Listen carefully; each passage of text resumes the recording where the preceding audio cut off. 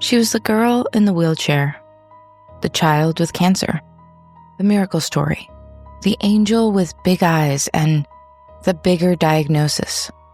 But none of it was real. Not the leukemia, not the muscular dystrophy, not even the wheelchair. Her name was Gypsy Rose Blanchard, and the life she lived wasn't a life at all. It was a role, one her mother had cast her in from the day she was born. Welcome to GBRLIFE Transmissions. I'm your host, Caitlin. You're listening to GBRLIFE of Crimes, where we explore not just what happened in crimes committed by women, but why they happened and the psychology behind them. Today, we are continuing our two-part story on Gypsy Rose Blanchard. This time, we step into Gypsy's world, not the one her mother built, but the one she tried to build for herself. She was born in July of 1991 in Golden Meadow, Louisiana, a perfectly healthy girl. 10 fingers, 10 toes, no abnormalities, and no conditions. But her mother, Dee Dee, saw something else, or rather, told others she did. The lies began almost immediately. First, it was chromosomal defects, then seizures, then sleep apnea. By the time Gypsy was 2 years old, she was taking medications she didn't need and being wheeled into medical offices her body didn't belong in. She was hospitalized for weeks on end, blood drawn, scans performed, surgeries scheduled. Gypsy had no idea of what was normal and that this was abnormal. She was too young to question it, and Dee Dee made sure no one else could. Gypsy was homeschooled under the table, no official enrollment, no outside teachers, no friends. Every moment, her life was filtered through Dee Dee. From meals to medicine, bedtime to bathroom breaks, Gypsy was never alone and never allowed to ask why or even wonder. She wore oxygen tubes, sat in a wheelchair, was fed through a tube in her stomach. She wore wigs because Dee Dee shaved her head, and Gypsy believed she was sick. Because when you're a child and your mother cries in front of doctors, holds your hands during surgeries and tells you, this is the only way, you don't question it. You trust her. And Gypsy trusted Dee Dee completely. She was, after all, her mother. But children grow up, even the most isolated ones. And Gypsy began to notice things. She noticed the way other kids walked when she couldn't. She noticed how much older she looked than the children she was being compared to. She noticed that her medications made her feel worse, not better. The first real crack came when she overheard a doctor question Dee Dee's claims. It was quiet, muted, but it shook her. Later, when Dee Dee allowed her limited access to a computer, Disney sites only, Gypsy found a way around the controls. A little curiosity, a little trial and error, and suddenly, she was in another world. A world where people her age dressed differently, talked differently, knew things she didn't. And it was on that computer that she saw a date, her birth year, 1991. By the time Dee was able to access this computer, she was 19.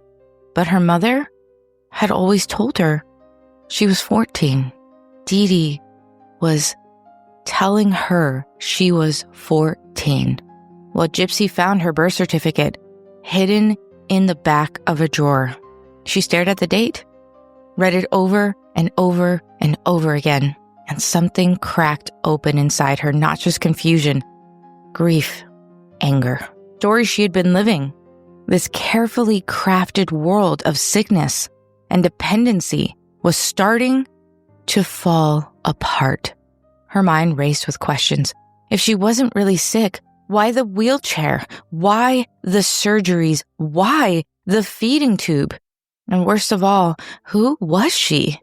If none of this was true, it wasn't freedom she felt in that moment. It was terror. Because everything she thought she knew about herself about her mother, her body, her life was a lie. What Gypsy experienced is what psychologists call trauma-based identity confusion. She never developed a separate sense of self. Her mother's voice became her inner voice. Her wants, her fears, even her beliefs were all secondhand. This kind of long-term chronic control creates something deeper than just obedience. It creates dependency, a survival-based attachment that mimics love. It's called trauma bonding. It's what happens when the person hurting you is also the one keeping you alive. Gypsy wasn't just afraid to leave, she was afraid to exist because Dee Dee had taught her that she couldn't. Not without Dee Dee. Not safely and not sanely. And that level of psychological conditioning can mimic the effects of cult programming. Isolation, reinforced helplessness, identity erosion, and eventually, a belief that autonomy equals danger. So when Gypsy finally cracked the illusion, she didn't find freedom, she found a void. And that void is what Nicholas stepped into. Nicholas is who she met online. Online became her great escape, and he became the new voice in her head. The one who said, "You're not sick, you're not weak, you can escape." But he also said, "You'll have to kill to do it." And for someone with no tools, no guidance, and no roadmap to selfhood, Gypsy believed that too. In 2015, Gypsy and Nicholas put their plan into action. One night, while Dee Dee slept, Nicholas entered their shared home in Springfield, Missouri. Gypsy hid in the bathroom, covering her ears, while Nicholas attacked Dee Dee, harming her 17 times in the back. The murder was gruesome, raw, final. Gypsy and Nicholas then fled the scene, mailing the murder weapon to his home and posting cryptic messages online. Their escape didn't last long. Within days, they were arrested, and Gypsy's story began to unravel in the public eye. People were horrified, but they were also confused because it wasn't just a simple case of cold-blooded murder. It was something messier, something harder to label. Her psychology isn't just shaped by abuse, it's designed by it. And when she acted out of desperation, she wasn't acting with clarity, she was acting from a place of conditioned chaos. Her crime wasn't the product of intent, it was the echo of years of learned helplessness finally snapping. Gypsy didn't kill for revenge. She killed for autonomy. She killed to exist. And in prison, Gypsy's psychological rebuilding began. Not by choice, by necessity, because when the trauma stops, your brain doesn't go quiet, it gets louder. For the first time in her life, Gypsy had space to hear her own thoughts, to learn that her mother's voice wasn't her own, to question everything without fear of punishment. She started therapy, she took classes, she spoke with professionals who helped her name what she had and what had happened to her. Contrived disorder imposed on another, chronic abuse, psychological captivity. And slowly Gypsy began piecing together who she might be. Not the girl in the wheelchair, not the miracle child, not even the escapee, just Gypsy. She journaled, reflected, grew stronger in mind and body, and over time, she began to express remorse, not just for what she did, but for who she never got to be. Psychologists who worked with her says she displayed clear signs of arrested development. She was behind emotionally, socially, even neurologically, because when you're not allowed to live, you don't get to grow. Her brain had learned to survive, not thrive. And the healing process isn't a straight line, but it started with permission to feel, to grieve, to remember, to question, to become.